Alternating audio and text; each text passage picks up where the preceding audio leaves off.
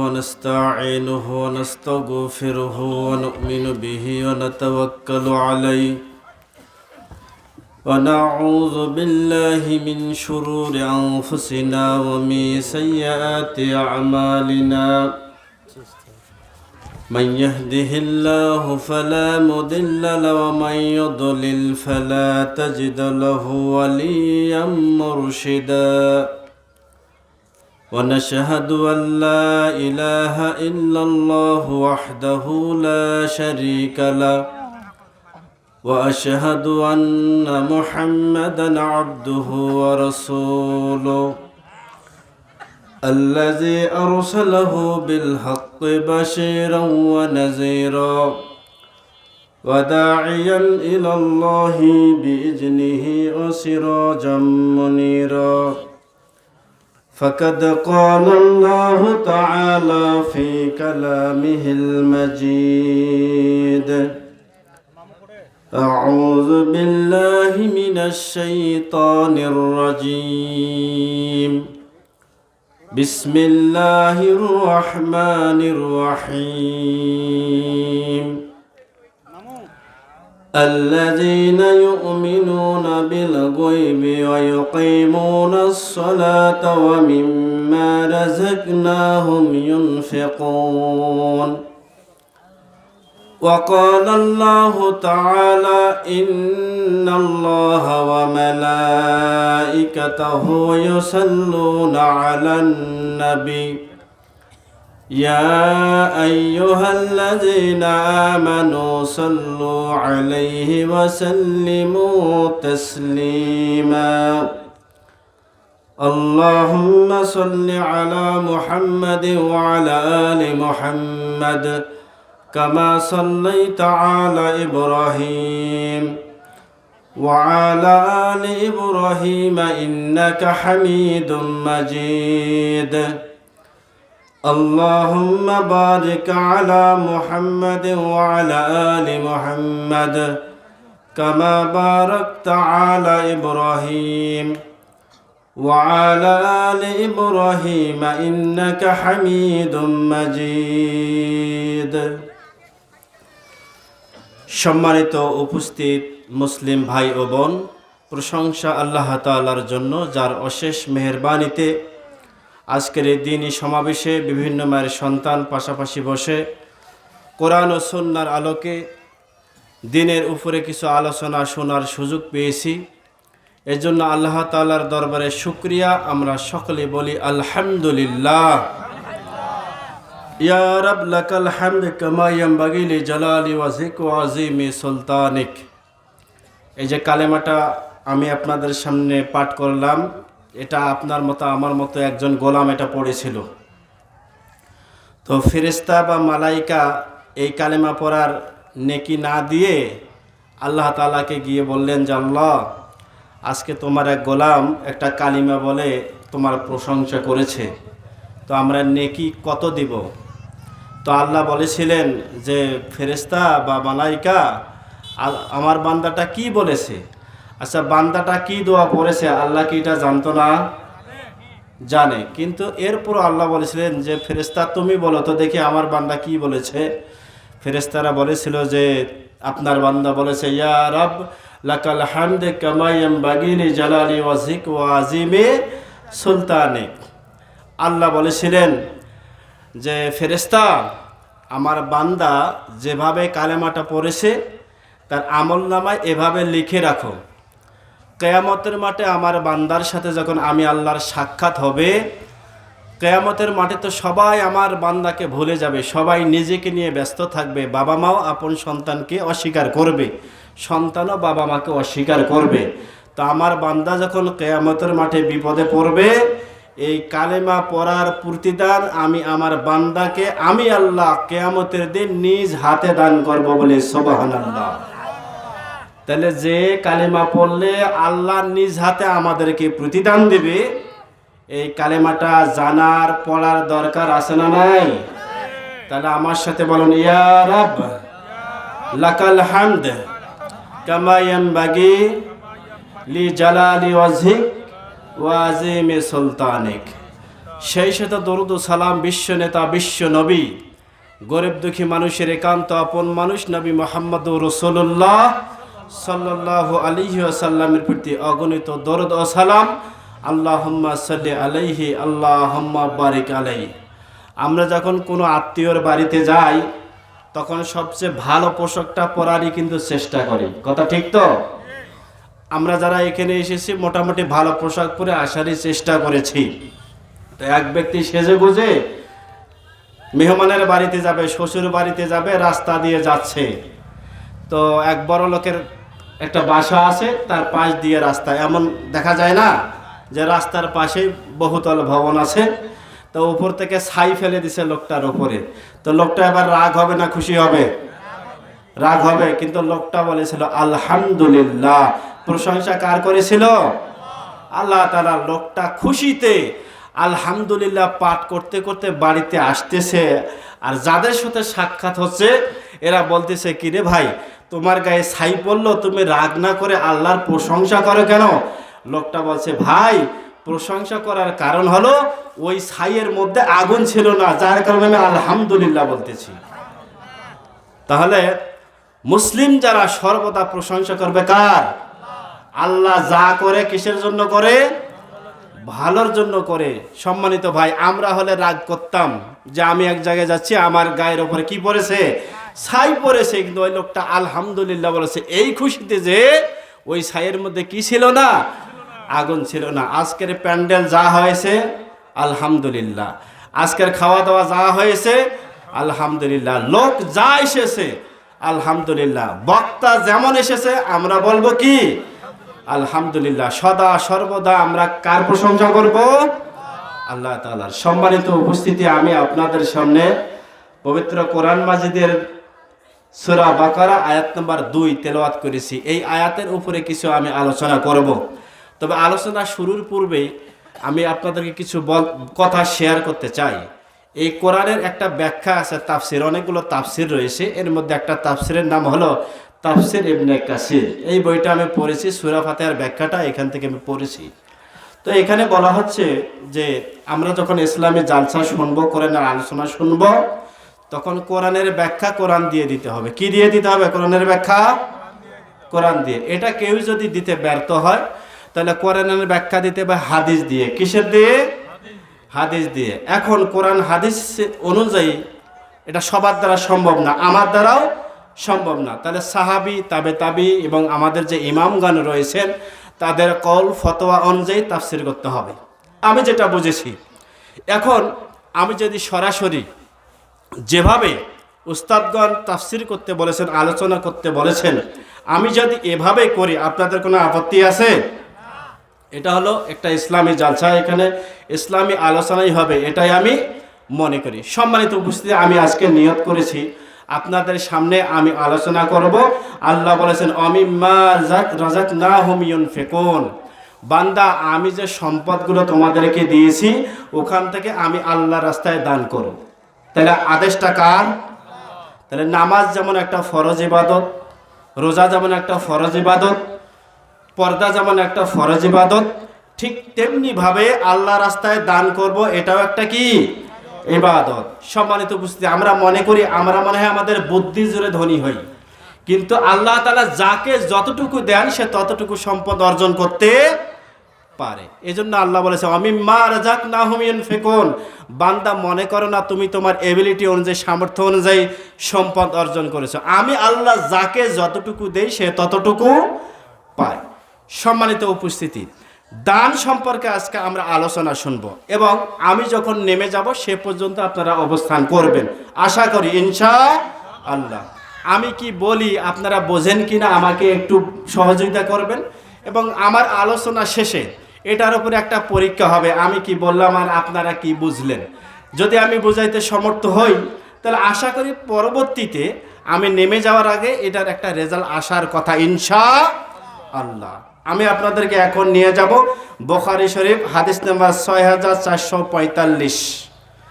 রাসূল করিম সাল্লাল্লাহু আলাইহি ওয়াসাল্লাম বলেন, যিনি বর্ণনা করেছেন তার নাম হলো সাহাবী আবু হুরায়রা রাদিয়াল্লাহু আনহু। তিনি বলেন যে মুহাম্মদ সাল্লাল্লাহু আলাইহি সাল্লাম উম্মতের উদ্দেশ্যে বলেন, আমরা হলো মুহাম্মদ সাল্লাল্লাহু আলাইহি সাল্লামের কি উম্মত। উম্মত হলো আরবি শব্দ, বাংলা অর্থ হলো অনুসারী। তাহলে আমরা হলাম মুহাম্মদ সাল্লাল্লাহু আলাইহি সাল্লামের কি অনুসারী, উম্মত। আরবিতে উম্মত, বাংলাতে অনুসারী। তিনি বলেন, ও আমার উম্মতেরা, তোমরা যদি আমি আল্লাহ রাস্তায় দান করো, দানের পরিমাণ যদি একটা পাহাড় সমপরিমাণ হয়, এই দানটা করার চেয়ে 1 টাকা ঋণ পরিশোধ করা উত্তম। তাহলে আমি আল্লাহ রাস্তায় দান করব হাজার হাজার টাকা, লাখ লাখ টাকা, কোটি কোটি টাকা, কিন্তু আমার কাছে যদি একটা দোকানি ভাই আমার কাছে 10 টাকা পায়, আমার কোটি টাকা দান করা দরকার না 10 টাকা পরিশোধ করা দরকার? 10 টাকা পরিশোধ করা দরকার। কথা আমার না মুহাম্মদ সাল্লাল্লাহু আলাইহি সাল্লামের?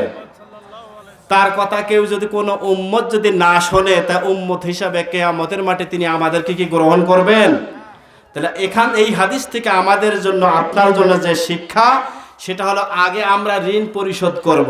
আমার প্রতিবেশী কত পায়, আমার দোকানদার ভাই কত পায়, আমার কাছে কার কাছে আমি কর্জ নিয়েছিলাম কিনা, এইগুলো পরিশোধ করার পরে আমরা আল্লাহ রাস্তায় কি করব ভাই?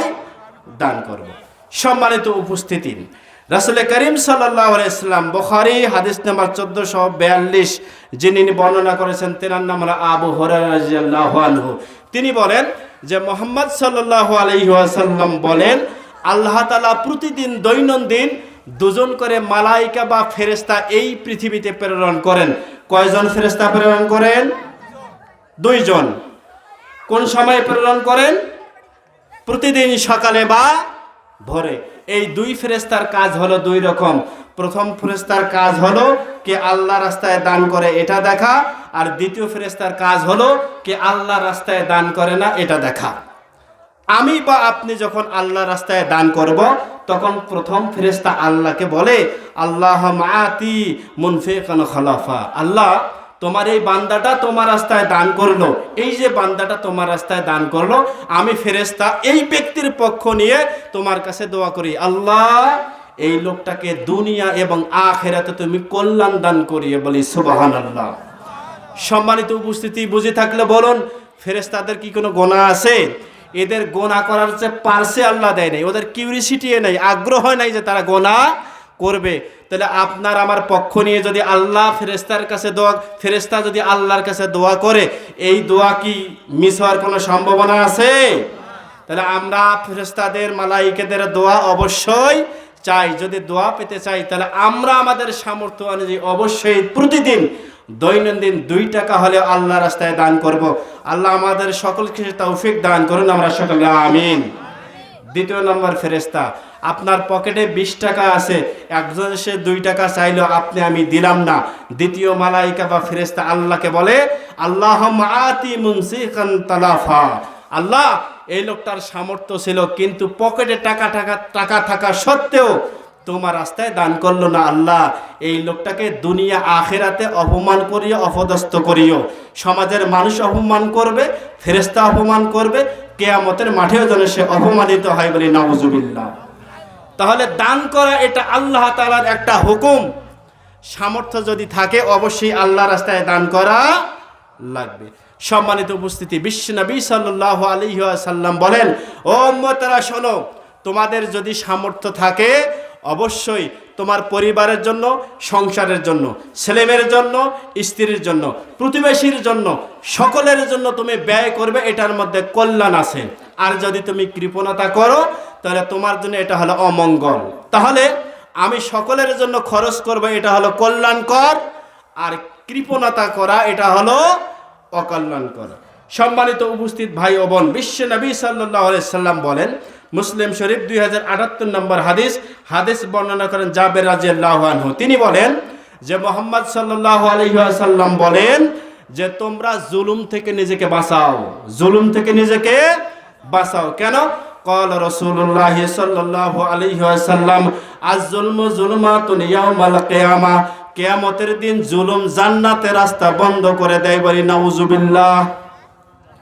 আমি যদি কারো উপর জুলুম করি, এই জুলুমটা অন্ধকার হবে, কোনখানে অন্ধকার হবে? জান্নাতের সামনে। জান্নাতের সামনে জুলুম অন্ধকার হয়ে জান্নাতের রাস্তা আমার বন্ধ করে দিবে। এজন্য কারো উপরে ক্ষমতা আছে বলেই, লাইনে আসে না বলেই কারো উপরে জুলুম করা চলে না। 2 নম্বর হলো নবী সাল্লাল্লাহু আলাইহি সাল্লাম বলেন, তোমরা কৃপণতা থেকে নিজেকে বাঁচাও, কারণ কৃপণতা তোমাদের পূর্বপুরুষকে ধ্বংস করেছে, এজন্য কৃপণতা করা যাবে না। 3 নম্বরে তিনি বলেন, তোমরা কৃপণতা থেকে নিজেকে বাঁচাও, কারণ এই কৃপণতা হালালের পরিবর্তে মানুষকে হারামের দিকে ধাবিত করে। সম্মানিত উপস্থিতি, বুখারী শরীফ 1439 নম্বর হাদিস বর্ণনা করেছেন আবু হুরায়রা রাদিয়াল্লাহু আনহু। তিনি বলেন, আমরা মুহাম্মদ সাল্লাল্লাহু আলাইহি সাল্লামকে জিজ্ঞেস করলাম, ইয়া রাসূলুল্লাহ সাল্লাল্লাহু আলাইহি সাল্লাম, আমরা সাহাবীরা দান করতে চাই, আমরা কোন সময়ে দান করব, কোন সময়ের দান উত্তম, আমাদেরকে যদি আপনি নসিহত করেন, অ্যাডভাইস দেন, উপদেশ দেন, আমরা দান করব। নবীজি বলেন, ও আমার সাহাবীরা শোনো, যখন তুমি সুস্থ থাকবে, সবল থাকবে, সম্পদের প্রতি ভালোবাসা থাকবে, সম্পদের প্রতি তোমার অগাধ মহব্বত ভালোবাসা, এই সময় তুমি আল্লাহর রাস্তায় দান করবে, এই সময়ের দান আল্লাহ তাআলা পছন্দ করে। এবার সাহাবীগণ জিজ্ঞেস করলেন, নবী মুহাম্মদুর রাসূলুল্লাহ সাল্লাল্লাহু আলাইহি সাল্লাম, তাহলে আপনি আমাদেরকে বলে দেন কোন সময়ে দান করলে আল্লাহ অপছন্দ করে? নবীজি বললেন, তুমি যখন অসুস্থ, তুমি যখন বিছানায় পড়ে আছো, তোমার শরীর আজ চলে না, যৌবন অচল, এমন সময় যদি বলো, এটা মসজিদে দিলাম, এটা মাদ্রাসায় দিলাম, এটা ইতিমকে দিলাম, এটা মিসকিনকে দিলাম, এটা অমুক ভাইকে দান করলাম, এই সময়ের দান আল্লাহ তাআলা অপছন্দ করে। কারণ এই সময় তুমি যদি দান নাও করো, তোমার সম্পদের যারা হকদার, যারা মালিক, এরা মামলা মোকদ্দমা করে হলেও তারা তাদের পাওনা বুঝিয়ে নেবে, তাদের হক আদায় করে নেবে। তাহলে এই হাদিস থেকে শিক্ষা, দান করতে হবে সুস্থ অবস্থায় না অসুস্থ অবস্থায়? সুস্থ অবস্থায়। সুস্থ অবস্থায় দান আল্লাহ তাআলা পছন্দ করে, আর অসুস্থ অবস্থায় দান আল্লাহ তাআলা পছন্দ করে না। সম্মানিত উপস্থিতি, তাহলে আমাদের সমাজের দিকে তাকান, আমরা দান করি কোন সময়ে? যখন আর কথা ফোটে না মুখ দিয়ে। অথচ আল্লাহ তাআলার আদেশ, নবী সাল্লাল্লাহু আলাইহি ওয়াসাল্লামের আদেশ, আমার উম্মত দান করবে কোন সময়ে? সুস্থ অবস্থায়, অসুস্থ অবস্থায় নয়। এবার আমি আপনাদেরকে একটা হাদিস শোনাবো, দেখেন তো হাদিসটি বুঝেন কিনা। রাসূল করিম সাল্লাল্লাহু আলাইহি ওয়াসাল্লাম বলেন, তিরমিজি শরীফ 1961 নম্বর হাদিস, মিশকাত 1869 নম্বর হাদিস, ক্বালা রাসূলুল্লাহ সাল্লাল্লাহু আলাইহি ওয়াসাল্লাম, আস-সাকিয়ু কারীবুন মিনাল্লাহ, কারীবুন মিনাল জান্নাহ, কারীবুন মিনান নাস, বাঈদুন মিনান নার। যারা আল্লাহ রাস্তায় দান করে এরা আল্লাহর পাশে। সুবহানাল্লাহ না নাউজুবিল্লাহ? সুবহানাল্লাহ। কোন মানুষ যদি আল্লাহর পাশে থাকতে পারে, ওই লোকটার আর কোনো চিন্তা আছে? চিন্তা নাই। যারা দান করে এরা কার পাশে? আল্লাহর পাশে। তাহলে যে ব্যক্তি দান করলো ওই ব্যক্তি জান্নাতের পাশে, কারীবুন মিনাল জান্নাহ। যারা দান করে এরা জান্নাতের পাশে, বলি সুবহানাল্লাহ। আমরা যদি জান্নাতের পাশে থাকতে পারি, আমাদের চিন্তা আছে? নাই। কারীবুন মিনান নাস, যারা আল্লাহ রাস্তায় দান করে এরা ভালো মানুষের কাছে। বাঈদুন মিনান নার, যারা আল্লাহ রাস্তায় দান করে এরা জাহান্নাম থেকে অনেক দূরে, বলি সুবহানাল্লাহ। আর যারা বকিল, যারা কৃপণ, যারা দান করে না, বাঈদুন মিনাল্লাহ, বাঈদুন মিনাল জান্নাহ, বাঈদুন মিনান নাস, কারীবুন মিনান নার। যাদেরকে আল্লাহ তাআলা সম্পদ দিয়েছেন কিন্তু আল্লাহ রাস্তায় দান করে না, এরা আল্লাহ থেকে দূরে, জান্নাত থেকে দূরে, ভালো মানুষ থেকে দূরে, কারীবুন মিনান নার, এরা জাহান্নামের খুব কাছে, বলি নাউজুবিল্লাহ। সম্মানিত উপস্থিতি, তাহলে দান করলে আল্লাহর পাশাপাশি থাকা যায়, জান্নাতের পাশাপাশি থাকা যায়। আর কৃপণতা করলে, দান না করলে জাহান্নামের কাছে যাওয়া যায়, আল্লাহ থেকে দূরে সে চলে যায়। সম্মানিত উপস্থিত ভাই ও বোন, এই হাদিসটা বুঝে থাকলে বলুন তো দেখি, আমাদের ওজন করার জন্য একটা দাড়ি পাল্লা দেওয়া হয়। এই দাড়ি পাল্লার পাল্লা কয়টা থাকে? কয়টা থাকে? 2টা। তাহলে এক পাল্লায় আমি দেব ওয়াল জাহিলু সাকিন আহাব্বু ইলাল্লাহ মিন আবিদিন বাখিল। এক পাল্লায় দেব শিক্ষিত কৃপণকে, আর এক পাল্লায় দেব মূর্খকে। তাহলে আল্লাহ কাকে পছন্দ করে? নবী সাল্লাল্লাহু আলাইহি ওয়াসাল্লাম বলেন যে ওয়াল জাহিলু সাকিন আহাব্বু ইলাল্লাহ মিন আবিদিন বাখিল। আল্লাহ তাআলা মূর্খ দানকারীকে পছন্দ করে, কিন্তু শিক্ষিত কৃপণকে আল্লাহ তাআলা পছন্দ করেন না। সম্মানিত উপস্থিত ভাই ও বোন, আমি খুব শিক্ষিত, অনেক জানি, কিন্তু আমার বদ অভ্যাস হলো যে আমি আল্লাহর রাস্তায় দান করি না। নবী বলেন আল্লাহ তোমাকে পছন্দ করে না। আর আমি মূর্খ হতে পারি, আমার ভোটার আইডি কার্ডে আমার সিগনেচার নাই, সই নাই, টিপসই আছে, আমি মূর্খ, কিন্তু আমি আল্লাহর রাস্তায় দান করতে পারি। নবীজি বলেন দুনিয়ার মানুষের কাছে তুমি মূর্খ, কিন্তু আল্লাহর কাছে তুমি প্রিয় বান্দা। সম্মানিত উপস্থিত ভাই ও বোন, বিশ্বনবী সাল্লাল্লাহু আলাইহি ওয়াসাল্লাম বলেন 3 শ্রেণীর লোক জান্নাতে যেতে পারবে না। নাম্বার 1 ধোঁকাবাজ। 1 ধোঁকাবাজ। সময় মতো এসে বলে ভাই এই দেবো, সেই দেবো, রাস্তা দেবো, ঘাট দেবো, বাড়ি দেবো, সুখে শান্তিতে রাখবো, বাজেট দিয়ে তোমাদের খাদ্যদ্রব্যের মূল্য কমে দেব, কত কিছু বলে, হওয়ার পর আর আমাদেরকে চেনে না। এই প্রতারণা যারা করবে, নবীজি বলেন এরা জান্নাতে যেতে পারবে না। আপনারা জানেন যে ইমাম বুখারী রহমতুল্লাহ আলাই তিনি একটা হাদিস সংগ্রহের জন্য কোনো এক ব্যক্তির নিকটে গেছেন। তো ওই ব্যক্তি দেখেন যে একটা প্রাণীকে ধরার জন্য হাতে কিছু খাবার নিয়েছেন, নিয়ে ওই প্রাণীকে দেখাচ্ছেন যে প্রাণীটা খাবারটা খেতে আসবে, তিনি তার আর ওই বাহনটাকে তিনি ধরবেন, এই ঘোড়াটাকে তিনি ধরবেন। ইমাম বুখারী বলেন যে যে লোকটা একটা পশুর সাথে প্রতারণা করতে পারে, এই লোকটার কাছে আল্লাহর নবীর কোনো হাদিস থাকতে পারে না, তার কাছ থেকে তিনি হাদিসে নেন নাই। আমরা অনেক শিশু আমার কাছে আসতেছে না, শিশুকে বলি তুমি আমার কাছে এসো, হাতে খাবার আছে, কিন্তু শিশু যখন কাছে আসে হাত খুলে দেয়, হাতের মধ্যে কিছুই নাই। নবীজি বলেন এই যে প্রতারক, এ জান্নাতে যেতে পারবে না। সম্মানিত উপস্থিত ভাই ও বোন, বিশ্বনবী সাল্লাল্লাহু আলাইহি ওয়াসাল্লাম বলেন 2 নম্বরে যে ব্যক্তিটা জান্নাতে যেতে পারবে না, ওই ব্যক্তিটার পরিচয় হলো কৃপণ ব্যক্তি। কৃপণ ব্যক্তি আল্লাহর জান্নাতে যেতে পারবে না। নবীজি বলেন 3 নম্বরে যে লোকটা জান্নাতে যেতে পারবে না, ওই ব্যক্তির নাম হলো দান করে যারা খোটা দেয়। আমি যদি মসজিদের জায়গা না দিতাম এইখানে মসজিদ হতো না, আমি যদি এই গরমে মসজিদে ফ্যান না দিতাম মুসল্লিদেরকে গরমের মধ্যে ঘেমে নামাজ পড়তে হতো, আমি যদি রাস্তা না দিতাম আমার গ্রামের মানুষ এই রাস্তা দিয়ে বের হতে পারত না। আমি বলো দানবীর, আমি দানশীল। দান করে যারা খোটা দেয়, নবীজি বলেন যদিও সে দান করেছে সে আল্লাহর সন্তুষ্টি অর্জন করতে পারেনি। সম্মানিত উপস্থিত ভাই ও বোন, এজন্য আল্লাহ রাস্তায় বেশি বেশি দান করতে হবে, এবং নবী সাল্লাল্লাহু আলাইহি সাল্লাম যে তরিকায় দান করতে বলেছেন সে অনুযায়ী আমাদেরকে অবশ্যই দান করতে হবে। সম্মানিত উপস্থিত ভাই ও বোন, বিশ্ব নবী সাল্লাল্লাহু আলাইহি সাল্লামের একাধিক স্ত্রী ছিল। নবীর স্ত্রীদের মধ্যে স্ত্রীগণ বলাবলি করতে লাগলো, আজকে আমাদের স্বামী মুহাম্মদ সাল্লাল্লাহু আলাইহি সাল্লামকে আমরা জিজ্ঞেস করব তার মৃত্যুর পরে তার কোন স্ত্রী আগে মারা যাবে। নবী সাল্লাল্লাহু আলাইহি সাল্লামকে জিজ্ঞেস করা হলো, নবীজি আপনি আমাদেরকে বলেন তো আপনার মৃত্যুর পর আপনার কোন স্ত্রী আগে মারা যাবে। নবী সাল্লাল্লাহু আলাইহি সাল্লাম বললেন যে যে স্ত্রীটার আমার হাত লম্বা সে আগে মারা যাবে।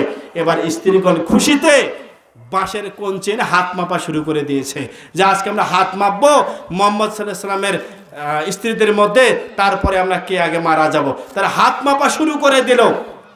নবী সাল্লাল্লাহু আলাইহি সাল্লামের কানে যখন পৌঁছে গেল যে তার স্ত্রীরা হাত মাপতেছে তার মৃত্যুর পর কে আগে মারা যাবে, নবীজি স্ত্রীদেরকে ডাকলেন, ও আমার স্ত্রীরা শোনো, আমি হাত লম্বা বলতে বুঝিয়েছি আমার যে স্ত্রীর দানের হাত লম্বা, আমার মৃত্যুর পরে আমার ওই স্ত্রীটা আগে মারা যাবে। সম্মানিত উপস্থিত ভাই ও বোন, কোনো এক ব্যক্তি বনি ইসরায়েলের জামানায় আল্লাহ রাস্তায় দান করতে চাইল। গোপন দান সম্পর্কে তিনি জেনেছেন, এজন্য তিনি দান করার জন্য রাতে বের হয়েছেন। তিনি দান নিয়ে, সম্পদ নিয়ে রাতের বেলায় গোপনে এক ব্যক্তি থেকে দান করেছেন, কিন্তু দুর্ভাগ্যজনক হলেও সত্য, ওই লোকটা যে রাতে দান করলো ওই লোকটা ছিল একটা চোর। কাকে দান করেছে? চোরকে দান করেছে। পরের দিনে সমাজের মধ্যে চালু হয়ে গেল, কথাবার্তা শুরু হয়ে গেল যে এই লোকটা আজকে দান করেছে সে নাকি দানবীর, কিন্তু দান করেছে চোরকে, ঠাট্টা বিদ্রুপ করা শুরু করে দিয়েছে। লোকটা দ্বিতীয় রাতে আবার নিয়ত করলো, আল্লাহ প্রথম রাত তো মিস হয়ে গেছে, তো তুমি আমাকে তৌফিক দিও, আজকে আমি আবার দান করব। দ্বিতীয় রাতে আবার দান করেছে। তো একটা খারাপ মহিলা ছিল, সে দেহ ব্যবসা করতো, পতিতা ছিল, প্রস্টিটিউট ছিল, এজন্য তাকে দান করেছে। লোকটা জানতো না যে এটা একবার খারাপ মহিলা। দ্বিতীয় দিন সকালবেলা সমাজের মধ্যে কথা বলা বলি শুরু হয়ে গেল যে এই লোকটা দান করার আর লোক পায় না। প্রথম দিন দান করেছে চোরকে, দ্বিতীয় দিন দান করেছে একটা পতিতাকে, একটা নষ্ট মহিলাকে। তৃতীয় দিন লোকটা আবার আল্লাহর কাছে নিয়ত করে, আল্লাহ তুমি গোপন দান পছন্দ করো, তো আজকে আমি আবার দান করব। তৃতীয় রাতে আবার নিয়ত করে দান করেছে। তিনি যে দান করেছেন ওই লোকটা ছিল একটা ধনী লোক। এবার সমাজের মধ্যে চালু হয়ে গেল, এই লোকটা দান করার একটা লোক পায় না, চোরকে দান করে, খারাপ মহিলাকে দান করে, ধনী লোককে দান করে। লোকটা মন খারাপ করে রাতের মধ্যে ঘুমিয়েছে। আল্লাহ তাআলা রাতের মধ্যে স্বপ্নে ওই ব্যক্তিকে জানিয়ে দিলেন, ও গোলাম, ও বান্দা, তোমার নিয়ত ছিল ক্লিয়ার, পরিষ্কার পরিচ্ছন্ন, যদিও তুমি ভুল জায়গায় দান করেছো, তোমার নিয়ত সহিশুদ্ধ হওয়ার কারণে আমি আল্লাহ তোমার দান কবুল করে নিয়েছি, বলি সুবহানাল্লাহ। সম্মানিত উপস্থিতি, ইন্নামা আমালু বিন্নিয়াত। আল্লাহ তাআলা আমাদের অন্তর দেখে, আল্লাহ তাআলা আমাদের কলিজা দেখে যে আমি কোন নিয়তে আল্লাহ রাস্তায় দান করেছি। সম্মানিত শুধু আমরা যে দান খয়রাত করি এর প্রতিদান আমরা চাইব কার কাছে? আল্লাহ তাআলার কাছে। সম্মানিত উপস্থিতি, বনি ইসরায়েলের জামানায় কোনো এক ব্যক্তি একটা খোলা মাঠে দাঁড়িয়ে আছে, একটা খোলা মাঠে দাঁড়িয়ে আছে। তো মেঘ থেকে এক ব্যক্তির নাম উচ্চারণ হলো, এক ব্যক্তির নাম উচ্চারণ হলো। তো লোকটা আশেপাশে তাকিয়ে দেখলো মাঠের মধ্যে কোনো লোক নাই। পাশে দেখে যে এক কৃষক ভাই ক্ষেতের মধ্যে কাজ করতেছে। মাঠে দাঁড়িয়ে থাকা ব্যক্তি ওই ব্যক্তির কাছে গেল, কৃষক ভাইয়ের কাছে গেল, গিয়ে বলতেছে, ভাই আপনার নাম কি? কৃষক ভাইয়ের নাম বলে দিল। কৃষক ভাই জিজ্ঞেস করতেছে, ভাই হঠাৎ করে আপনার নাম জিজ্ঞেস করলেন কেন? মাঠে দাঁড়িয়ে থাকা ব্যক্তি বলল, ভাই আল্লাহর কসম করে বলছি, আমি যখন মাঠে দাঁড়িয়েছিলাম আমি মেঘ থেকে একটা নাম শুনতে পেয়েছিলাম, দেখলাম যে ওই আমি যে নামটা শুনেছিলাম তোমার নামের সাথে মিলে গেল। ভাই তুমি আমাকে বলো দেখি, এমন কি আমল করো যে মেঘ থেকে আদেশ হলো, আল্লাহ আদেশ করলেন যে পার্সোনালভাবে তোমার জমিতে পানি দিতে হবে? কৃষক ভাই বলেন, ভাই আমার তেমন কোনো আমল নাই, তবে ছোট্ট একটা আমল আছে। আমার আমলের ধরন হলো, আমার এই জমিতে যে ফসলটা উৎপাদন হয় আমি এটাকে 3 ভাগে ভাগ করি। এক, আমার জমি চাষাবাদ করার জন্য আমি 1 ভাগ এখানে ব্যয় করি। 2, আমার পরিবার পরিজন আত্মীয় স্বজন তাদের জন্য 1 ভাগ আমি ব্যয় করি। নাম্বার 3, আর একটা ভাগ আমি আল্লাহর সন্তুষ্টির জন্য আল্লাহ রাস্তায় ব্যয় করে দিই, বলি সুবহানাল্লাহ। সম্মানিত উপস্থিতি, দান করলে মানুষের সম্পদ কমে না, আল্লাহ তাআলার খাস রহমত পাওয়া যায়। আপনারা অনেকে এই গল্প শুনেছেন, হাদিসের এই বাংলা অর্থ শুনেছেন যে বনি ইসরায়েলের জামানায় আল্লাহ তাআলা 3 ব্যক্তিকে পরীক্ষা করতে চাইলেন। এক ব্যক্তি ছিল কুষ্ঠরোগী, একজন ছিল টাকমাতাওয়ালা, আর এক ছিল অন্ধ। আল্লাহ তাআলা ফেরেশতাকে মানুষের রূপ ধারণ করে প্রেরণ করলেন, আমার ওই 3 বান্দার কাছে যাও। ফেরেশতা মানুষের রূপ ধারণ করে আসলেন, এসে বললেন, ভাই আল্লাহর কাছে তোমার কি কোনো কিছু চাওয়ার আছে? লোকটা বলল, হ্যাঁ ভাই, আমি আল্লাহ তাআলার কাছে চাই আল্লাহ যেন আমার গায়ের রংটা সুন্দর করে দেয়। আমি কুষ্ঠরোগী, তো আমার কাছে মানুষ আসতে চায় না, আমার কাছাকাছি মানুষ আসতে চায় না, আমার গায়ের রং ভালো না, চামড়া ভালো না, আমি রোগী মানুষ। আল্লাহ যদি আমার এই গায়ের চামড়াটা ভালো করে দিতে আমার জন্য ভালো হতো। লোকটা দোয়া করে দিলেন, মানুষের রূপ ধারণ করে ফেরেশতা, লোকটার গায়ের রং ভালো হয়ে গেল। ওই লোকটাকে ফেরেশতা খুশি হয়ে দোয়া করে গেলেন, এই যে তোমাকে একটা গর্ভবতী উট দিলাম, আল্লাহ তোমার সম্পদ ভরিয়ে দেবে। লোকটা বিদায় হয়ে গেল। 2 নম্বরে মানুষের ধারণকারী ফেরেশতা টাকমাতাওয়ালাকে গিয়ে বললেন, ভাই আল্লাহর কাছে কোনো কিছু চাওয়ার আছে? লোকটা বলল, ভাই আমার মাথায় চুল নাই, সবার মাথায় চুল, লোকজন আমাকে দেখলে ঠাট্টা বিদ্রুপ করে, হাসাহাসি করে, আল্লাহ যদি আমার মাথায় চুল দিত আমি খুশি হয়ে যেতাম। মানুষের ধারণকারী ফেরেশতা দোয়া করে দিলেন, মাথায় চুল আসলো। তাকে খুশি হয়ে একটা গর্ভবতী গাভী দান করলেন এবং দোয়া করলেন, আল্লাহ যেন তোমার সম্পদে বারাকা দান করে। 3 নম্বরে এবার অন্ধ ব্যক্তির নিকটে গেলেন, বললেন, আল্লাহর কাছে কোনো কিছু চাওয়ার আছে? অন্ধ ব্যক্তি বলে, ভাই আল্লাহ তাআলা এই পৃথিবীকে এত সুন্দর করে সৃষ্টি করেছেন, কিন্তু আল্লাহ তাআলার এই সুন্দর পৃথিবী আমি দেখতে পাই না। আল্লাহ যদি আমার চোখের দৃষ্টি ফিরিয়ে দিতেন তাহলে আমি খুশি হয়ে যেতাম। ফেরেশতা মালাইকা দোয়া করে ওই ব্যক্তির মুখের উপরে হাত বুলিয়ে দিলেন, চোখ ভালো হয়ে গেল এবং তাকে একটা গর্ভবতী ছাগল দান করে দোয়া করে দিলেন যে আল্লাহ তাআলা যেন তোমার সম্পদে বারাকা দান করে, বরকত দান করে। চলে গেলেন। এবার কিছুদিন পর আবার আল্লাহ চাইলেন, এই ব্যক্তি তো অসল ছিল, 3 জনে অসল ছিল, 3 জনে সম্পদহীন ছিল, আমি এদেরকে আবার পরীক্ষা করব। ফেরেশতাকে আদেশ করলেন এবং মানুষের রূপ ধারণ করে ওই 3 ব্যক্তির কাছে আবার প্রেরণ করলেন। কুষ্ঠরোগীকে গিয়ে এবার মানুষের রূপ ধারণ করে ফেরেশতা বলেন, ভাই আল্লাহ রাস্তায় কিছু দান করো। বললেন, না ভাই আমি দান করতে পারবো না। ফেরেশতা বলেন, ভাই আপনার মনে হয় একটা বড় ধরনের রোগ ছিল, আপনি সম্পদহীন ছিলেন, কুষ্ঠরোগী বলে, না, আপনার ধারণা ভুল, আমি পূর্বপুরুষ থেকে আমরা ধনী, আমার কোনো রোগ ছিল না, বলি নাউজুবিল্লাহ। ফেরেশতা বললেন, তোমার কথা যদি সত্য হয়ে থাকে আল্লাহ যেন তোমাকে পূর্বের অবস্থা করে দেয়। ফেরেশতা এবার চলে গেলেন কার কাছে? টাকওয়ালার কাছে গিয়ে বললেন, ভাই আমাকে কিছু সাদাকা দেন, কিছু দান করেন। বলল যে দান করা অভ্যাস আমার নাই, আমি দান করতে পারবো না। ফেরেশতা বলেন, ভাই আপনার মনে হয় কোনো একটা সমস্যা ছিল, শারীরিক সমস্যা, আপনি সম্পদহীন ছিলেন। টাকমাতাওয়ালা বলল, ভাই না, আমার বাপদাদা থেকে অনেক ধনী, আমি দান করতে পারবো না। ফেরেশতা বললেন, তোমার কথা যদি সত্য হয় তাহলে আল্লাহ যেন তোমাকে পূর্বের অবস্থায় করে দেয়। কিছুদিন পর ওই টাকমাতাওয়ালা আর কুষ্ঠরোগী ওই আগের মতো হয়ে গেছে। এবার চলে গেল অন্ধের কাছে। অন্ধকে গিয়ে বললেন, ভাই আল্লাহ রাস্তায় কিছু দান করো। বললেন, ভাই আমার কোনো কিছুই ছিল না, আমার চোখের দৃষ্টি ছিল না, আমার এই সম্পদগুলো আছে, এখান থেকে তোমার যা প্রয়োজন তুমি নিয়ে যেতে পারো।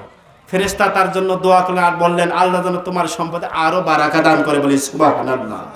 তাহলে প্রথম দুই ব্যক্তি আগের মতো ধ্বংস হয়ে গেছে আল্লাহ রাস্তায় দান করে না দান না করার কারণে? দান না করার কারণে। আর তৃতীয় ব্যক্তির সম্পদে ফেরেশতা আবার দোয়া করলেন, কি কারণে? আল্লাহ রাস্তায় দান করার কারণে। আমাদের কাছে যখন কেউ কোনো কিছু চাই, বলি নাই, মাফ করো। ফকিরও আমরা বলি যে মাফ করো।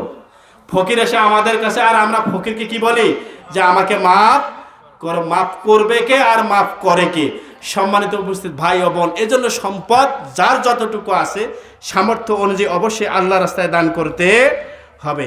সম্মানিত উপস্থিত ভাই ও বোন, জান্নাতের ভিতরে সাখাওয়াত নামক একটা দানশীল গাছ আছে। জান্নাতের ভিতরে সাখাওয়াত নামক একটা দানশীল গাছ আছে। আমরা যদি আল্লাহ রাস্তায় দান করি, কিয়ামতের দিন আমরা যখন বিপদে পড়ব, যতক্ষণ পর্যন্ত আমাদেরকে জান্নাতে দেওয়া হয় নাই ততক্ষণ পর্যন্ত সাখাওয়াত নামক গাছটা তার ডালপালা দিয়ে আমাদের পেঁচিয়ে ধরে থাকবে এবং আমাদেরকে জান্নাতে পৌঁছা পর্যন্ত সহযোগিতা করবে, বলি সুবহানাল্লাহ। এবার জাহান্নামের মধ্যে বুখালাত নামক একটা গাছ আছে। যারা কৃপণ, যারা বখিল, তার ডালপালা দিয়ে তাকে আঁকড়িয়ে ধরবে, পেঁচিয়ে ধরবে। যতক্ষণ পর্যন্ত সে জাহান্নামে যায় নাই ততক্ষণ পর্যন্ত ওই ডালপালা দিয়ে বুখালাত নামক গাছটা তাকে ছাড় দেবে না। সম্মানিত উপস্থিত ভাই ও বোন, তাহলে আমার কথাগুলো বুঝে থাকলে বলুন, আল্লাহ রাস্তায় দান করার দরকার আছে না নাই? অবশ্যই আমরা আল্লাহ রাস্তায় দান করার চেষ্টা করব। রাসূল করিম সাল্লাল্লাহু আলাইহি ওয়াসাল্লাম বলেন, ফামান কানা মিন আহলিস সালাত দুইয়া মিন বাবিস সালাহ। জান্নাতের মধ্যে একটা স্পেশাল গেট থাকবে, যে গেট দিয়ে শুধুমাত্র দুনিয়ার 5 ওয়াক্ত নামাজ আদায়কারীগণ প্রবেশ করবে, বলি সুবহানাল্লাহ। নামাজেরা যখন জান্নাতের মধ্যে প্রবেশ করা শেষ হবে, ওই দরজাটা ক্লোজ করা হবে, বন্ধ করা হবে, আর কেউ ওই দরজা দিয়ে জান্নাতে যেতে পারবে না। ওমান কানা মিন আহলিল জিহাদ দুইয়া মিন বাবিজ জিহাদ। এই দুনিয়ায় ইসলাম প্রতিষ্ঠার জন্য যারা অর্থ দিয়ে, টাকা দিয়ে, নিজের জীবন দিয়ে লড়াই করে যায়, এই জিহাদকারীগণ জান্নাতে একটা দরজা দিয়ে প্রবেশ করবে। দুনিয়ায় জিহাদকারীগণ যখন প্রবেশ করা শেষ হয়ে যাবে, ওই জান্নাতের ওই দরজাটা বন্ধ করা হবে। 3 নম্বর, ওমান কানা মিন আহলিস সাদাকাত দুইয়া মিন বাবিস সাদাকা। এই দুনিয়ায় যারা আল্লাহ রাস্তায় দান করবে, এরা জান্নাতে একটা স্পেশাল দরজা দিয়ে প্রবেশ করবে, বলি সুবহানাল্লাহ। আমরা যখন জান্নাতে প্রবেশ করা শেষ হয়ে যাবে, আল্লাহ তাআলা ওই দরজাটাও বন্ধ করে দেবে, আর কেউ দানকারীগণ ছাড়া ওই দরজা দিয়ে আর কেউ প্রবেশ করতে পারবে না। সম্মানিত উপস্থিত ভাই ও বোন, বানি ইসরায়েলের জামানায় একটা নষ্টা মহিলা একটা পতিতা রাস্তা দিয়ে যাচ্ছে। রাস্তা দিয়ে যাওয়ার পথে দেখলো একটা কুকুর হাঁপাচ্ছে, তার পানির প্রয়োজন। মহিলাটা তার পোশাক কূপের মধ্যে ফেলে দিয়ে পানি উঠিয়ে ওই প্রাণীকে পানি পান করিয়েছে। আল্লাহর কাছে এই আমলটা এত পছন্দ হয়েছে যে আল্লাহ বলেন, তুমি যদিও খারাপ মহিলা, নষ্ট মহিলা, তুমি একটা প্রাণীর প্রাণ রক্ষা করার কারণে আমি আল্লাহ তোমার জীবনের সমস্ত গুনাহ খাতা মাফ করে দিলাম, বলি সুবহানাল্লাহ। তাহলে একটা পশু প্রাণীরও সেবা করে আল্লাহর সন্তুষ্টি অর্জন করা যায়। সম্মানিত উপস্থিত ভাই ও বোন, রাসূল করিম সাল্লাল্লাহু আলাইহি ওয়াসাল্লাম বলেন যে কোনো একটা রাস্তায় একটা গাছ পড়েছিল, ওই লোকটা রাস্তার থেকে গাছটা সরিয়ে দিয়েছে। সাহাবীগণ বললেন, নবী সাল্লাল্লাহু আলাইহি ওয়াসাল্লাম, এই লোকটা আজকে একটা রাস্তা থেকে একটা কষ্টদায়ক গাছ সরিয়ে ফেলেছে। নবীজি বলেন যে আল্লাহ তাআলা বিনিময়ে তাকে জান্নাত দান করবে, বলি সুবহানাল্লাহ। আর আমরা রাস্তাঘাট এত আমাদের কাসাল এই রাস্তা নিয়ে, জমির আইন নিয়ে এত ঠেলাঠেলি, মানে আইল কাটতে আগে মানুষ রাস্তায় মানে জমির আইল দিয়ে হাঁটাহাঁটি করতো, পশুদেরকে গরুদেরকে ঘাস খাওয়াইতো। এখন কাটতে কাটতে একেবারে পুলসিরাত বানিয়ে ফেলাইছে, এমন কাটা কাটছে ওই আইল দিয়ে যে ওরা নেজে হাঁটিয়ে না ইউরিয়া ফসফেট দিন তাও আর পারে না। আবার দলিল বাইর করিয়া একেবারে বাপদাদার যত প্রকার পর্চা সবগুলো বাইর করে আমার এইটা এইভাবে করে এমন একটা দুরবস্থা করেছে, রাস্তার কাছে যে আমার জমি বের হয়। অথচ বিশ্ব নবী সাল্লাল্লাহু আলাইহি ওয়াসাল্লাম রাস্তা খুলে দেওয়া সুন্নাত আর রাস্তা বন্ধ করা হলো কি কুফরি। আমাদের সমাজে এমন কিছু বদমাইশ আছে যে বাথরুমের পানি আবার রাস্তার মধ্যে ছেড়ে দেয়, এরকম মানুষ আছে না? অথচ এটা সুন্নাহ বিরোধী, আল্লাহ বিরোধী কাজ। এই ধরনের মন মানসিকতা থেকে আল্লাহ আমাদেরকে রক্ষা করুন, আমরা সকলে বলি আমিন। সম্মানিত উপস্থিত ভাই ও বোন, রাসূল করিম সাল্লাল্লাহু আলাইহি ওয়াসাল্লাম বলেন যে দান যদি কেউ করে তা আল্লাহ তাআলার রাগ কমে যায়, বলি সুবহানাল্লাহ। আল্লাহ তাআলার রাগ ঠান্ডা করার একটা মাধ্যম হলো বেশি বেশি দান করা। বেশি বেশি দান করলে আল্লাহ তাআলার রাগ কমে যায়। সম্মানিত উপস্থিত ভাই ও বোন, বিশ্বনবী সাল্লাল্লাহু আলাইহি ওয়াসাল্লাম বলেন আমার কোনো উম্মত যদি কোনো মুসলিম ভাইয়ের সাথে হাসি মুখে কথা বলে, হাসি মুখে কথা বলার কারণে আল্লাহ তাআলা তাকে সাদকা করার সমপরিমাণ নেকি দান করে, বলি সুবহানাল্লাহ। আমি যদি আমার কোনো ভাইকে এক বালতি পানি দিয়ে সহযোগিতা করি, নবীজি বলেন সে শুধুমাত্র পানি দেয় নাই, সদকা করার সমপরিমাণ নেকি আল্লাহ তাকে দান করবে, বলি সুবহানাল্লাহ। সম্মানিত দিনী ভাই ও বোন, এই সমাজে যত অন্যায় জুলুম আমরা দেখতে পাই, নেকি অর্জন করারও মাধ্যম আছে। আপনি আমি এক গ্লাস পানি পান করব, এটা যদি আপনি বসে খাই নেকি হবে, দাঁড়িয়ে যদি খাই গুনাহ হবে। এক গ্লাস পানি যদি আমি বিসমিল্লাহ বলে খাই আমার নেকি হবে, আমি যদি বিসমিল্লাহ না বলে খাই গুনাহ হবে। আমি যদি একটা বিশুদ্ধ পানি পান করে আলহামদুলিল্লাহ বলি আল্লাহর রহমত হবে। সম্মানিত উপস্থিত ভাই ও বোন, নেকি এবং সব দুটো পাশাপাশি চলমান আছে, সিদ্ধান্ত আপনার এবং আমার, আমি কোন কাজটা করব। সম্মানিত উপস্থিত ভাই ও বোন, বিশ্বনবী সাল্লাল্লাহু আলাইহি ওয়াসাল্লাম বলেন আমার উম্মতের জন্য আমার পক্ষ হতে 4টি উপদেশ। কয়টা উপদেশ? 4টা উপদেশ। নাম্বার 1, আমার কোনো উম্মত নারী হোক আর পুরুষ হোক সে যেন তার মুখ দিয়ে অন্য কোনো ভাইকে কষ্ট না দেয়। নবী সাল্লাল্লাহু আলাইহি ওয়াসাল্লাম বলেন আমার কোনো উম্মত নারী হোক আর পুরুষ হোক কেউ যদি তার মুখ এবং লজ্জা স্থানের গ্যারান্টি দিতে পারে, আমি মুহাম্মদ সাল্লাল্লাহু আলাইহি ওয়াসাল্লাম তাকে জান্নাতের গ্যারান্টি দিলাম, বলি সুবহানাল্লাহ। আমরা যদি আমাদের মুখ এবং লজ্জা স্থানের গ্যারান্টি দিতে পারি, নবী আমাদের জন্য কিসের গ্যারান্টি দিয়েছেন? জান্নাতের গ্যারান্টি দিয়েছেন। 2 নম্বরে নবী সাল্লাল্লাহু আলাইহি ওয়াসাল্লাম বলেন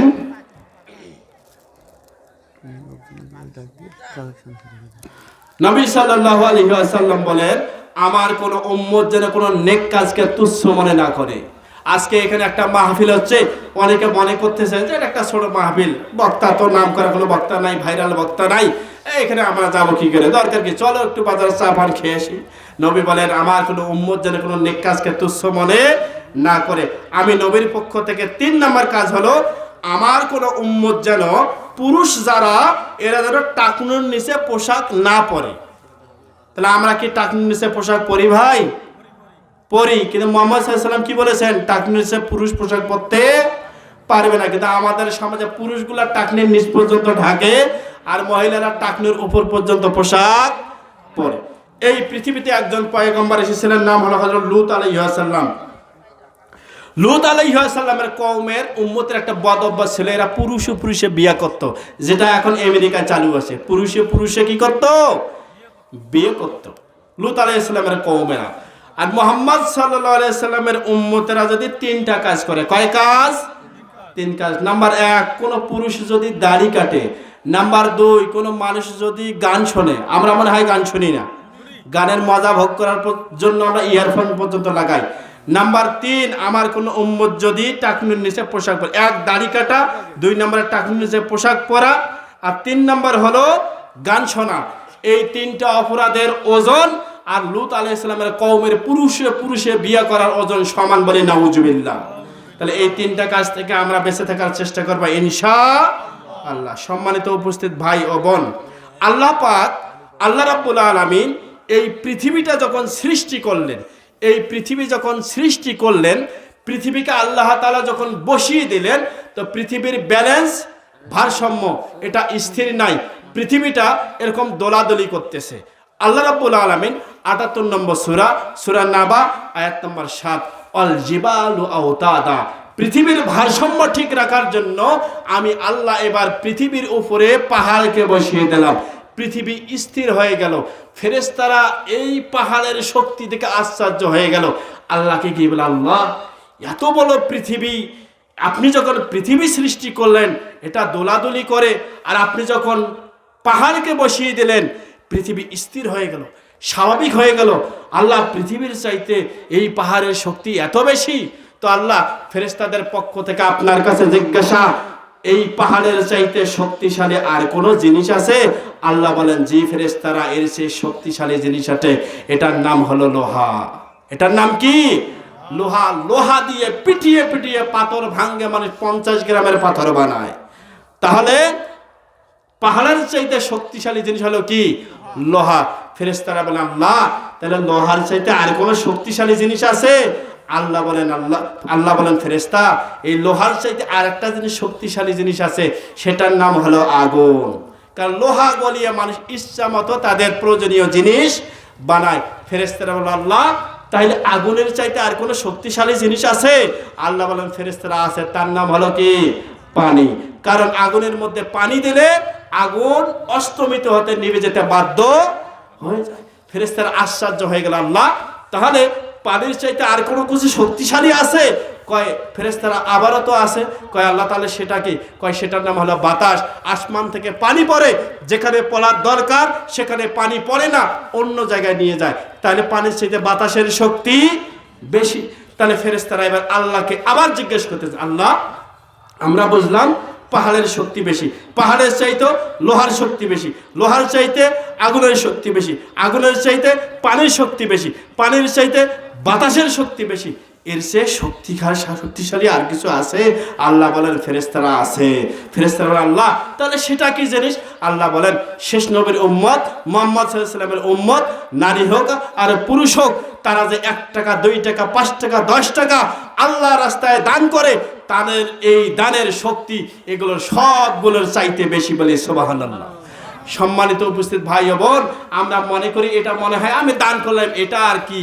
আপনার এই 1 টাকার কাছে পাহাড় হার মানে, বাতাস হার মানে, আগুন হার মানে, পাথর হার মানে। সম্মানিত সুধী, রাসূল করিম সাল্লাল্লাহু আলাইহি ওয়াসাল্লাম বলেন, মানুষ যখন মারা যায় তার সাথে 3টা জিনিস যায়, আহলুহু মালুহু ওয়া আমালুহু। 1 নম্বরে একটা মানুষ যখন মারা যায় তাকে দাফন করার জন্য তার আহাল পরিবার যায়। 2 নাম্বার, ওই লোকটাকে দাফন করা পর্যন্ত তার সম্পদ কাজে লাগে। নাম্বার 3, ওই লোকটার সাথে তার আমল যায়, ফায়ারজি, এবার ফিরে আসে আহলুহু, তার আহাল পরিবার। দাফন করা শেষ, তার পরিবারের লোকজন ফিরে আসে। 2 নাম্বার, ওই লোকটাকে দাফন করা পর্যন্ত তার সম্পদ কাজে লাগে। ওয়া ইয়াবকা আমালিহি, অবশিষ্ট থাকলো শুধু আমল, শুধুমাত্র এই আমলে তার সাথে থাকে। আর আমল তো এর একটা বড় মাধ্যম হলো আল্লাহ রাস্তায় দান করা। সম্মানিত উপস্থিত ভাই ও বোন, আমি আলোচনার শেষ পর্যায়ে আসি নাই, এখনো কিছু কথা বলবো।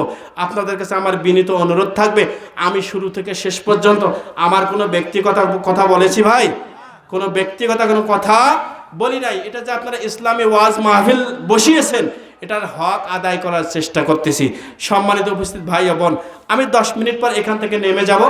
আমি নেমে যাওয়ার আগ পর্যন্ত আপনারা সবাই আমার সামনে বসে থাকবেন, ইনশাআল্লাহ বসে থাকবেন তো?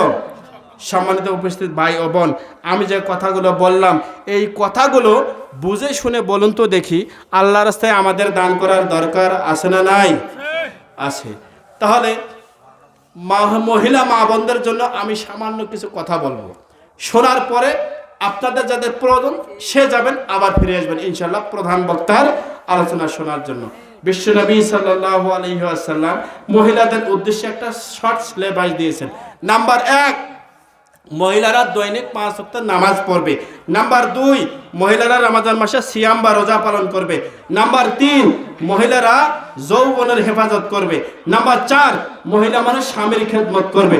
নবী সাল্লাল্লাহু আলাইহি ওয়াসাল্লাম বলেন, ঈমান আনার পরে একজন মহিলা যদি এই 4টা কাজ করে, আমি নবী ঘোষণা দিলাম তার জন্য জান্নাত যাওয়া সহজ হবে, বলি সুবহানাল্লাহ। সম্মানিত উপস্থিত ভাই ও বোন, তাহলে মহিলাদের জন্য আমি 4টা আমল দিলাম। কয়টা আমল? 4টা আমল। 1 নম্বরে কি? বলেন 1 নম্বর কি? দৈনিক 5 ওয়াক্ত নামাজ। 2 নম্বর বললাম কি? রমজান মাসের রোজা বা সিয়াম। 3 নম্বর হলো তারা তাদের যৌবনকে হেফাজত করবে। নাম্বার 4 স্বামীর খেদমত করবে। 5 নাম্বার আর একটা কাজ দেই, আপনারা যারা বিয়ে করেছেন যতদিন পর্যন্ত এরা দেনমোহর পরিশোধ করে নাই ততদিন প্রত্যেকটা স্বামীকে রিমান্ডে নিয়ে নেবেন। আমরা যখন বিয়ে করেছি আমরা কিন্তু বলেছি যে এত টাকার বিনিময়ে আমি তোমাকে স্ত্রী হিসাবে গ্রহণ করলাম। 4 নম্বর সূরা নিসায় ইরশাদ করা হচ্ছে যে মহিলাকে পুরুষেরা দেনমোহর দিবে তাদের সামর্থ্য অনুযায়ী। দেনমোহর দেওয়া এটা ফরজ। এটা কি ফরজ? তাহলে আমরা যারা বিয়ে করেছি বউকে দেনমোহর দিছি ভাই? সবাইকে দিছি? দেন। এবার মুহাম্মদ সাল্লাল্লাহু আলাইহি ওয়াসাল্লাম বলেন আমার কোন উম্মত যদি দেনমোহর না দেয় তাহলে কিয়ামতের দিন সে জিনাকারের কাতারে দাঁড়াবে। সুবহানাল্লাহ না নাউজুবিল্লাহ? নাউজুবিল্লাহ। তাহলে দেনমোহর দেওয়ার দরকার আছে না নাই?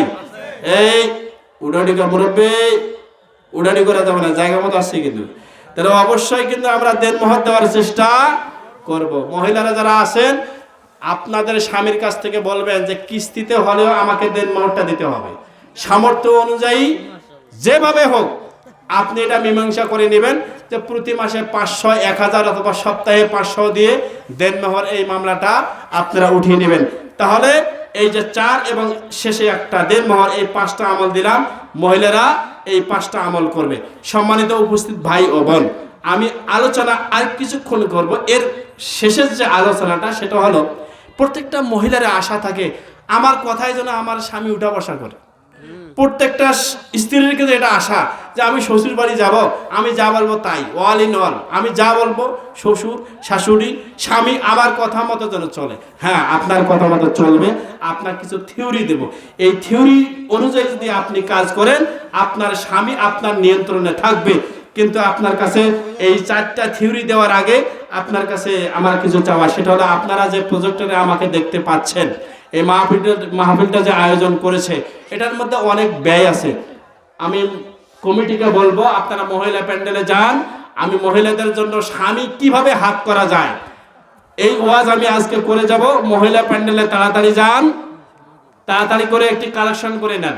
মহিলা মা বোনরা যারা আছেন মসজিদ আপনার মাহফিল কমিটির পক্ষ থেকে লোকজন যাচ্ছে, আপনারা দিয়ে দেন।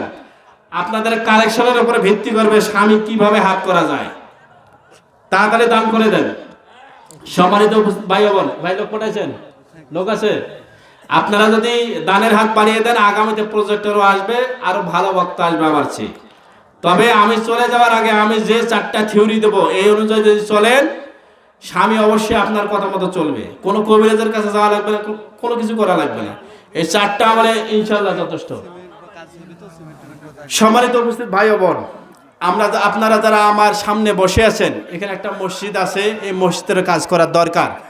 আপনারা যদি কেউ দিতে চান আপনার ভাই খাতাটা নিয়ে চলে যান। আপনারা যদি নাম একটু বলেন কে কি দিবেন তাহলে একটু ভালো হয়। কে খুশি দিবেন ভাই? এই মসজিদটা নির্মাণ করার জন্য একটা উজুখানা নাই, একটা ওয়াশরুম নাই, কে কি দিবেন একটু বললে ভালো হয়।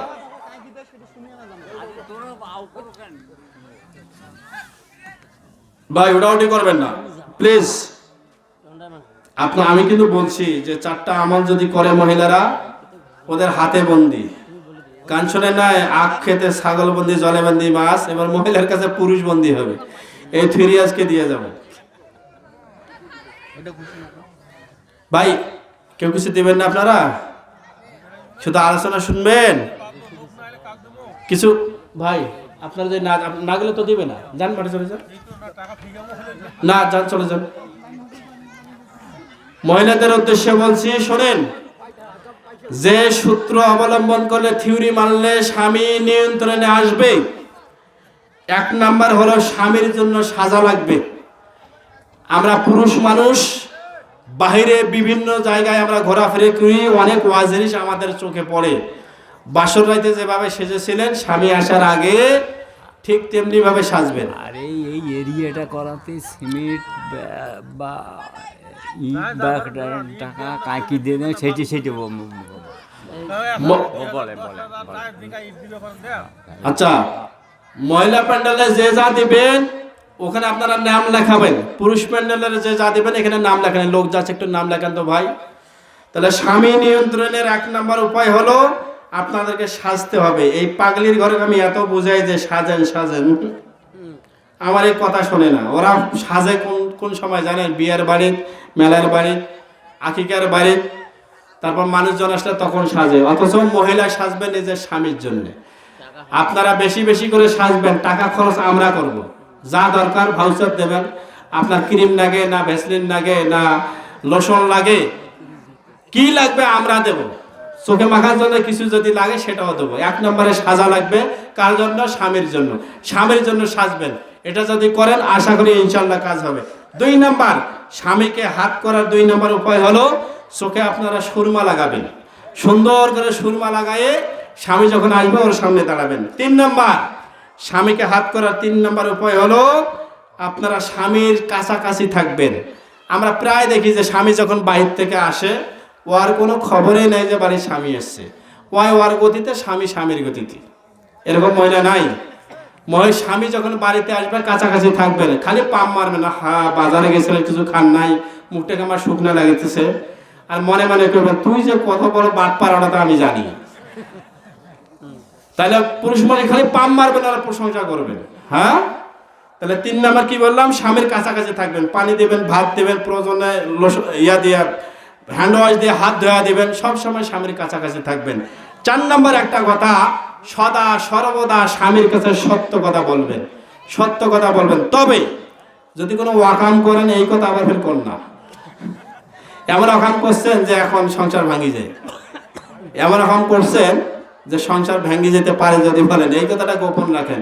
ওটা আমাকে মোবাইল করে বললে হবে ইনশাআল্লাহ, কিন্তু স্বামীকে বলবেন না। তাহলে 1 নম্বরে হলো স্বামীর জন্য সাজবেন, 2 নম্বরে চোখে সুরমা দিবেন, 3 নম্বরে স্বামীর কাছাকাছি থাকবেন, 4 নম্বরে সত্য কথা বলবেন। এবার মহিলারা যে কথাগুলো মনে রাখতে পারে না, এদের মধ্যে 1 নম্বর হলো স্বামীর আঘাত। আপনাদের ওদিক বউ পিটায় না? বউ মারে না? আমাদের ওদিক এমন পিটায় কয় ভাই বাপ না কওয়া পর্যন্ত দান থামবে না, এমন পিটায়। বউ যতই আপনি পিটান, এরা কিন্তু দেখবেন যে সকালে চলে গেছে, সন্ধ্যা হয়ে যেতে আস্তে আস্তে আবার চলে এসে। তার মানে স্বামী যদি মারে এই কথাই আমার মনে থাকে না, 1 2 3 দিন পর ওরা বলে যায়। নাম্বার 2, মহিলারা যে জিনিসটা মনে রাখতে পারে না সেটা হলো সন্তান জন্ম দেওয়া সহজ না কঠিন? সন্তান জন্ম দেওয়া কঠিন না সহজ? অনেক কঠিন। এরা সন্তান জন্ম দেওয়ার ব্যথা মনে রাখতে পারে না। যদি মনে রাখতে পারতো যে সন্তান জন্ম দিতে খুব কষ্ট, অনেক ব্যথা, তাহলে এরা বলতো যে না ভাই তোর কাছে ঘুমা যাবে না, তোর সাথে ঘুমাইলে বাচ্চা হওয়ার সম্ভাবনা আছে। তার মানে এরা সন্তান জন্ম দেওয়ার কথা মনে রাখতে পারে না। 3 নম্বর, মহিলারা যে জিনিসটা মনে রাখতে পারে না সেটা হলো ভালো কথা। এরা ভালো কথা মনে রাখতে পারে না। এই জন্য সকালে যখন বাইরে যাবে না, বাইরে যাচ্ছে, জোহরের নামাজটা যেন ঠিকঠাক মতো হয়, বাড়িতে বাইরে কোনো মহিলা আসে যেন গিবত করতে না পারে, ছেলেরা যেন ঠিকঠাক মতো পড়তে বসে। সকালে এই ওয়াজ করবেন, দুপুরে আসছেন আবার ওই ওয়াজ, সন্ধ্যায় বাইরে যাবেন আবার এই এক ওয়াজ, কারণ এরা ভালো কথা মনে রাখতে পারে না। সম্মানিত উপস্থিত ভাই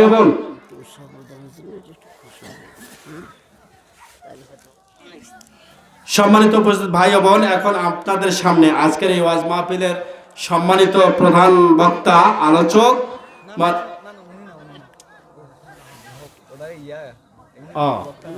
তো যাই হোক, এখানে উনি আসবেন, প্রধান বক্তা আসবেন। এখানে আপনাদের সামনে মোহাম্মদ আজিজুল হক 1 মণ ধান দান করেছেন। 1 মণ ধান দান করেছেন। 1 মণ ধানের দাম কয় টাকা ভাই?